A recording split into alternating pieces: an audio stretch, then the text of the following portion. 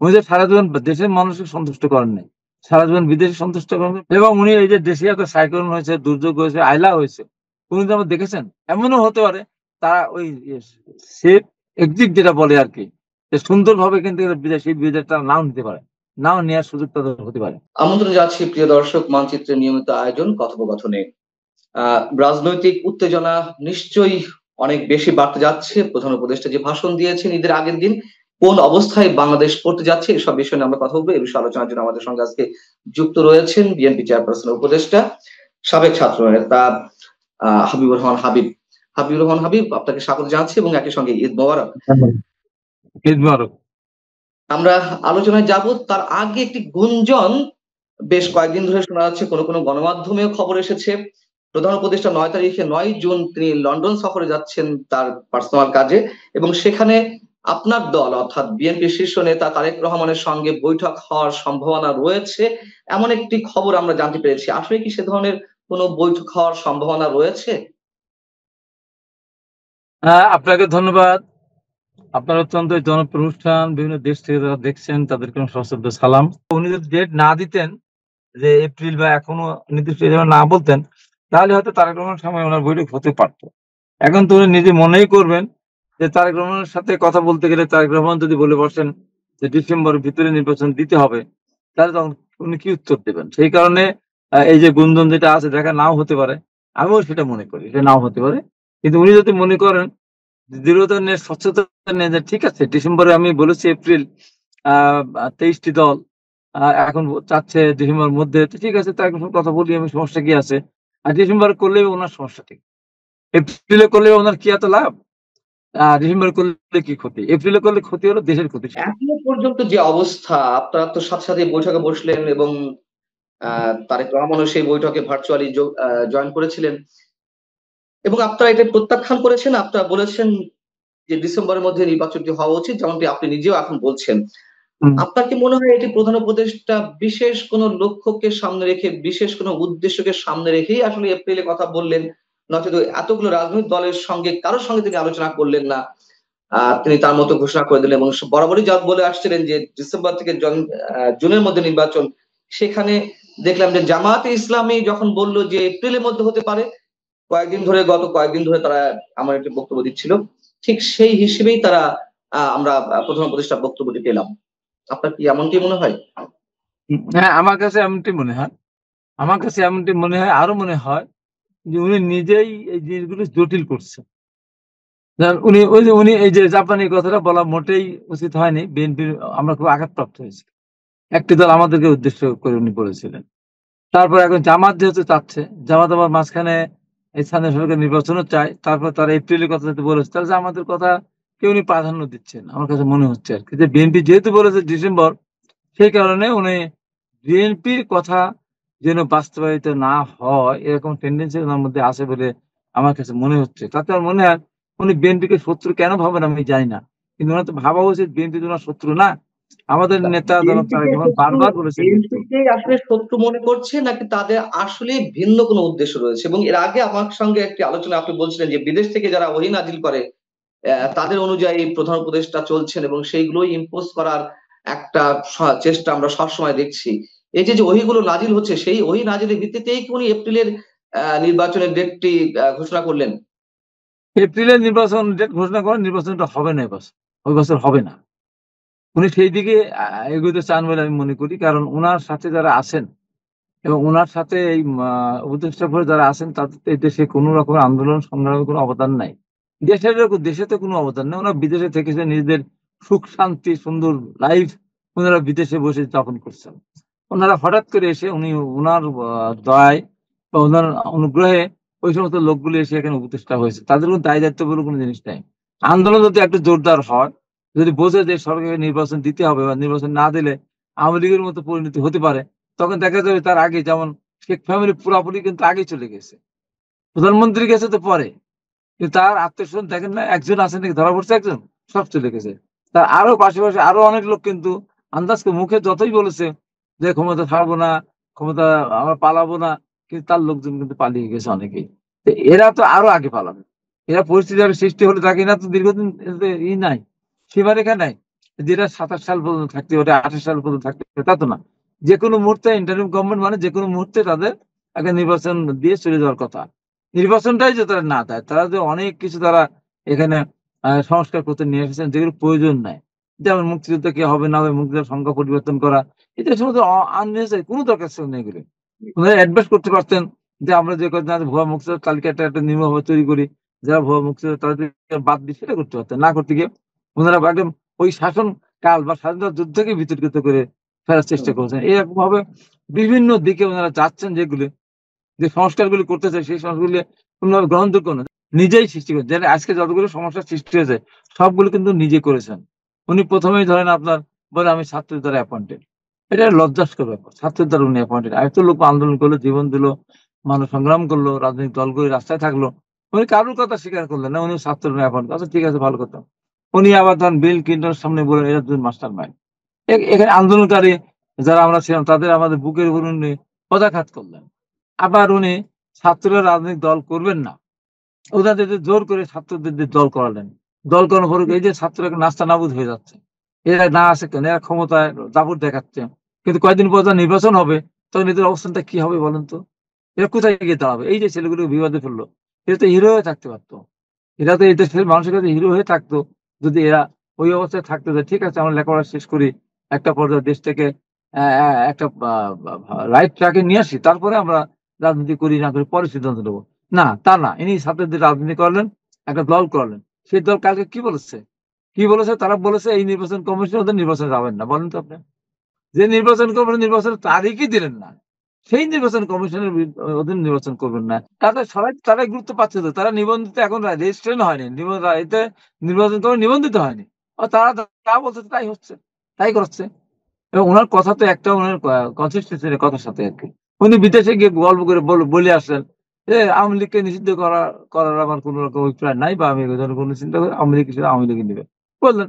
এই ছেলেরা যখন দাবি করলো তখন সে দাবি কয়েকজন কিছু লোক নিয়ে ওখানে ইয়ে জ্বালিয়ে ই করলো, অবস্থান নিয়ে যমুনার সামনে বা শাহবাগের সামনে আওয়ামী লীগ নিষিদ্ধ হয়ে গেল। আমরা চাইছি ঠিক আছে আওয়ামী লীগ নিষিদ্ধ হচ্ছে, এ ব্যাপারে আমার কোনো আপত্তি নেই।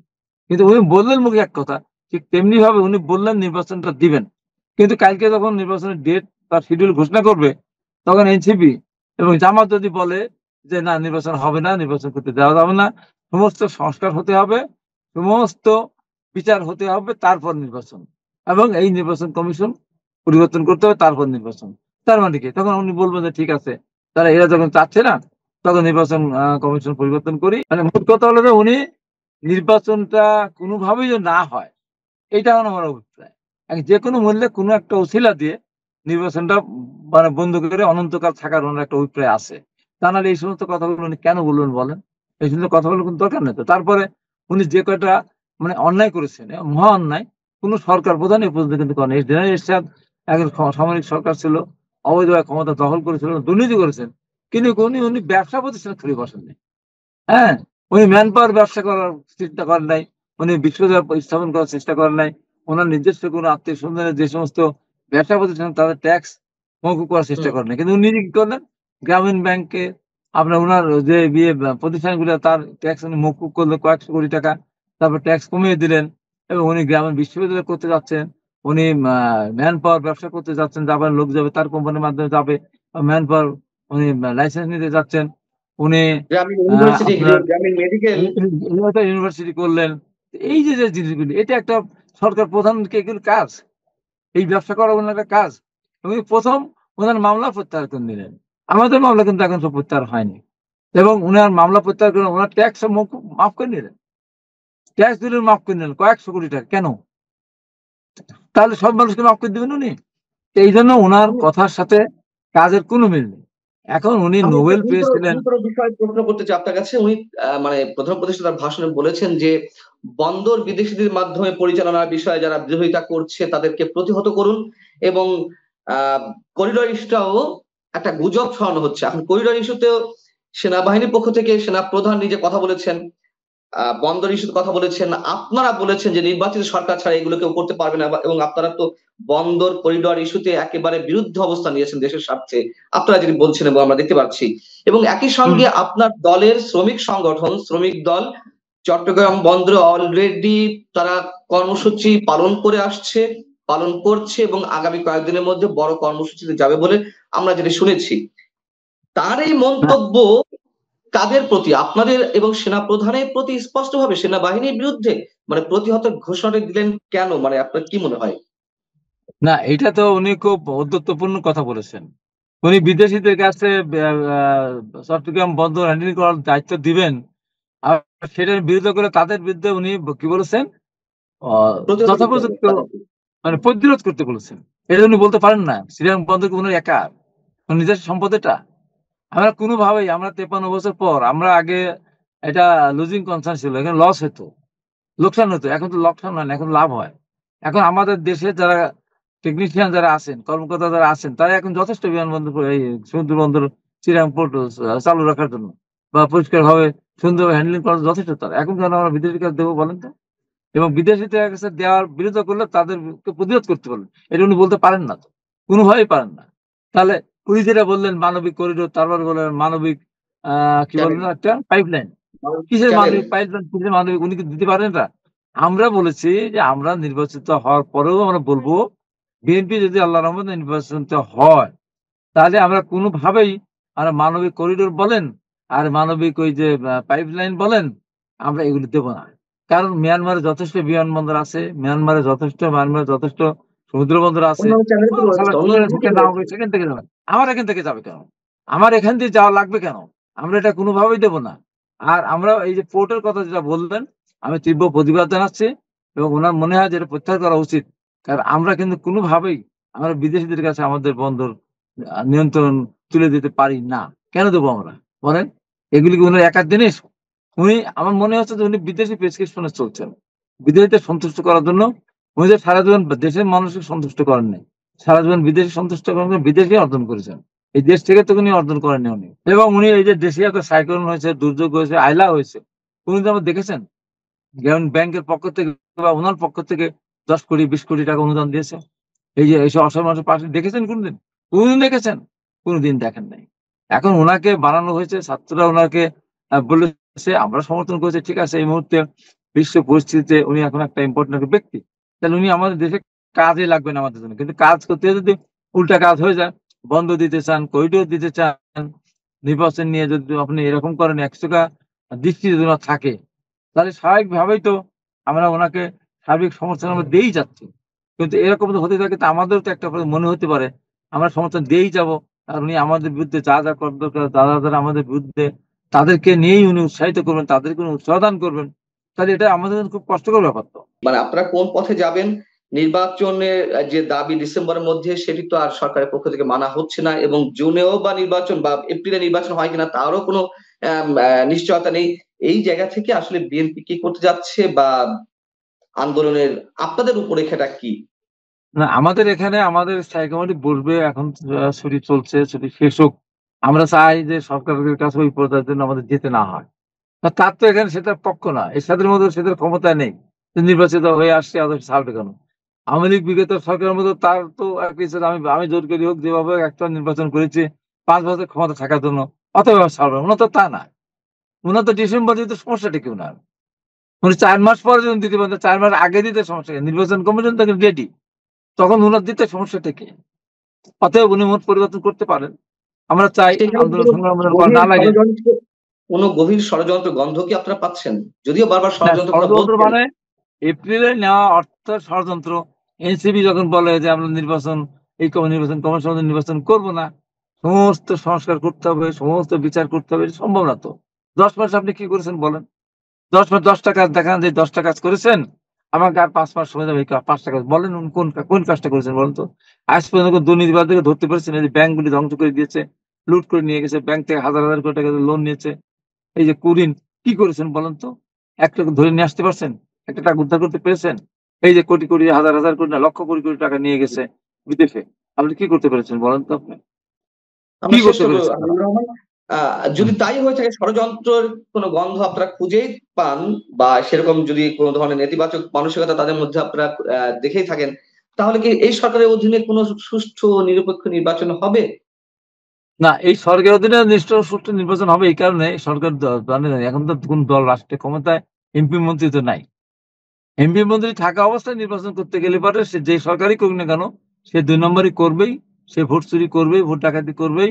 এবং এমপি মন্ত্রী থাকা অবস্থায় নির্বাচন করলে তারা সুবিধাজনক অবস্থা থাকতে পারে, কিন্তু তা নাই। অতএব এখানে জনগণ ভোট দিবে, এখানে ওই জনগণকে জনগণের ওই ভোটাধিকার কেড়ে নেওয়ার মতো এখানে ওই ধরনের কোনো শক্তি মাঠে নেই। জনগণ ভোট দিতে দিবে না, ভোট কেড়ে নেবো, নির্বাচনের ফলাফল ঘোষণা করতে দেবো না, এই ধরনের সুযোগ না। কারণ জনগণ তো সোচ্চার, জনগণ কোনোভাবেই দলীয় সরকার যেহেতু ক্ষমতা না, ওনাদের নিজস্ব শক্তি নেই। ওনারা যাদের উপর ভরসা করছে তাদের শক্তি খুব একটা বেশি নাই তো। এনসিপি তো এইভাবে সংগঠিত এখনো হয়নি। আর জামাত স্বাধীনতা বিরোধী শক্তি, এদেশের মানুষ জামাতকে কোনোদিনও আর রাষ্ট্রীয় ক্ষমতা আসতে দিবে না। এবং ইতিমধ্যে যে মিথ্যাচারে তার লিপ্ত হয়েছে, সে কারণে আমি মনে হয় যে, এবং এই সরকার জামাতকে বেশি প্রাধান্য দিচ্ছে, দেওয়ার কারণে আমি বলবো জামাতকে সমর্থন করে সরকার যদি মনে করে জামাতের উপর ভরসা করে যে এদেশে নির্বাচন দিবে না, বা আমরা যে যেভাবে চাবো সেভাবে চলবে, তাহলে সরকারের বড় ভুল করবেন। সেই ভুলের কারণে সরকারকে কিন্তু খেসারত দিতে হবে। ওই জন্য আমাদের জনগণের সমর্থন নিয়ে জনগণ যা চায় আমরা তাই করবো। কি ধরনের খেসারত দিতে হতে পারে আপনি যদি একটা লাইনে বলেন, আমরা শেষ করবো। কি ধরনের এক লাইনে খেসারত বলে, দেওয়া হতে পারে? আওয়ামী লীগ কিন্তু যদি 24 সালে যদি সব দলকে নিয়ে নির্বাচন করতো তাহলে পালাতে হতো না, হয়তো বিরোধী দলে থাকতো। হুম, হুম। নির্বাচন না দেওয়ার কারণে কিন্তু এটা হয়েছে, অন্য অবসর দুঃসান্ত ছিল। এখন কিন্তু দেশ খুব ভালো চলছে না, নানা সংকট চলছে, জিডিপি কমে যাচ্ছে, দেশে কোনো ইনভেস্টমেন্ট আসতেছে না। এই নির্বাচন না দিয়ে যদি তারা ষড়যন্ত্র করতে থাকে, এমনও হতে পারে তারা ওই সেফ এক্সিট যেটা বলে আর কি, যে সুন্দরভাবে কিন্তু সেই বিজয় তারা নাও নিতে পারে, নাও নেওয়ার সুযোগ তাদের হতে পারে। আন্দোলনের মধ্যে দিয়ে তাদের বিজয় হয়ে যেতে পারে।